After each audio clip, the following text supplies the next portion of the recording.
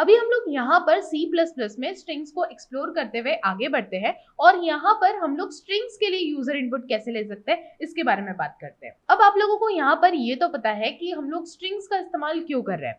हम लोग यहाँ पर स्ट्रिंग का इस्तेमाल इसलिए करते हैं to store the sequence of characters, right. हम लोग यहाँ पर स्ट्रीम ऑफ कैरेक्टर्स को स्टोर करने के लिए स्ट्रिंग का इस्तेमाल कर रहे हैं। अब हम लोग यूजर इनपुट कैसे ले सकते हैं, ठीक है। तो आप लोग यहाँ पर देख सकते हैं स्क्रीन पे हम लोग ज्ञानीपंडित.cpp नाम की फाइल के अंदर है और मैंने यहाँ पर C++ की बॉयलर प्लेट लाके रखी है, ठीक है। और मैं यहाँ पर मेन वर्जन के अंदर प्रेजेंट हूँ।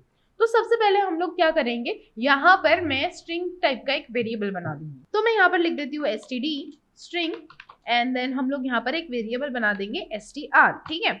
अभी मैंने यहाँ पर स्ट्रिंग टाइप का एक वेरिएबल बना दिया। अब हम लोग क्या करेंगे, एक मैसेज एंटर करेंगे। तो मैं cout की मदद से हम लोग यहाँ पर एक मैसेज एंटर करवाना चाहेंगे, एंटर द स्ट्रिंग, ठीक है। अभी हम लोगों ने ये कर दिया। इसके बाद मैं यहाँ पर लगा देती हूँ सेमीकोलन और अब हम लोग क्या करने वाले हैं, यूजर से स्ट्रिंग के लिए इनपुट लेने वाले हैं। तो मैं यहाँ पर फिर से लिख देती हूँ std cin, देन मैं यहाँ पर लिख देती हूँ str, ठीक है।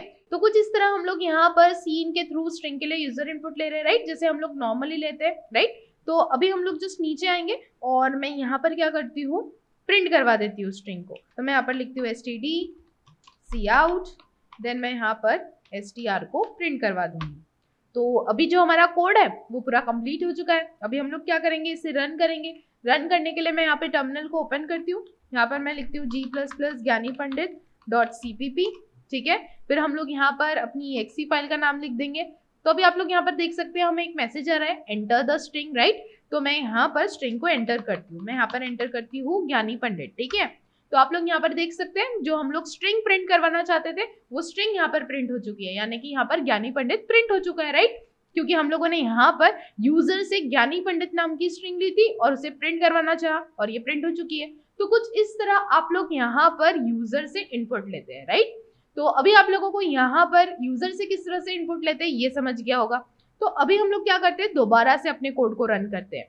तो मैं यहाँ पर क्या करती हूँ, क्लियर करती हूँ स्क्रीन को और फिर मैं यहाँ पर अपनी फाइल का नाम लिख दूंगी एंड देन आप लोग अपनी exe फाइल का नाम लिखेंगे। तो अभी आप लोग यहाँ पर देख सकते हैं हमें एक मैसेज आ रहा है, एंटर द स्ट्रिंग, ठीक है। तो इस बार मैं यहाँ पर स्ट्रिंग एंटर करती हूँ, लर्न विद ज्ञानी पंडित, ठीक है। अभी हम लोगों ने ये स्ट्रिंग एंटर की है, ठीक है। अब आप लोग देख सकते हैं हमारा जो आउटपुट आ रहा है वो आ रहा है लर्न, बट ये बाकी सब कहाँ गया है। मैंने तो यहाँ पर विद और ज्ञानी पंडित भी लिखा है, अब ये क्यों नहीं आया। अब इसका क्या रीजन है ये हम लोग देख लेते हैं।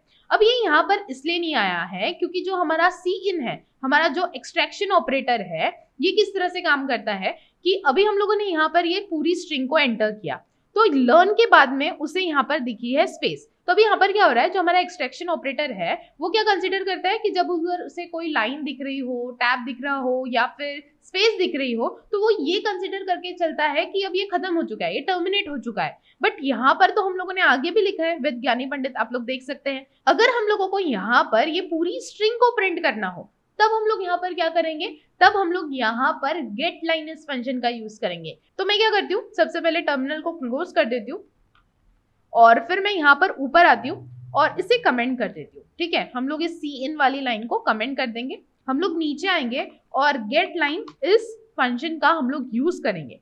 अब ब्रैकेट में मैं क्या करूंगी, मैं यहाँ पर लिखूंगी std हमारा cin, हम लोगों ने यहाँ पे cin लिख दिया। उसके बाद मैं यहाँ पर मारूंगी कॉमा, देन हम लोग यूजर इनपुट किस लिए ले रहे हैं, स्ट्रिंग के लिए ले रहे हैं। तो मैंने यहाँ पर लगा दिया str, हम लोगों ने यहाँ पर str को लिख दिया।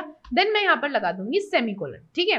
तो जस्ट हम लोगों ने सिर्फ ये चेंज किया है, इस लाइन के बदले हम लोगों ने ये लाइन को लिखा है और हम लोगों ने यहाँ पर यूज किया है गेट लाइन फंक्शन का। अभी जो हमारा कोड है वो रेडी है, हम लोग क्या करेंगे, अपने कोड को रन करेंगे। तो मैं अपने टर्मिनल को ओपन कर देती हूँ, फिर मैं यहाँ पर अपनी फाइल का नाम एंड अपनी exe फाइल का नाम लिख दूंगी। अभी आप लोग देख सकते हैं हमें यहाँ पे मैसेज आ रहा है एंटर द स्ट्रिंग। तो मैं यहाँ पर लिखती हूँ लर्न विद ज्ञानी पंडित, ठीक है, लर्न विद ज्ञानी पंडित। तो अभी आप लोग यहाँ पर देख सकते हैं अब यहाँ पर पूरी की पूरी स्ट्रिंग प्रिंट हो रही है, राइट, लर्न विद ज्ञानी पंडित, ठीक है।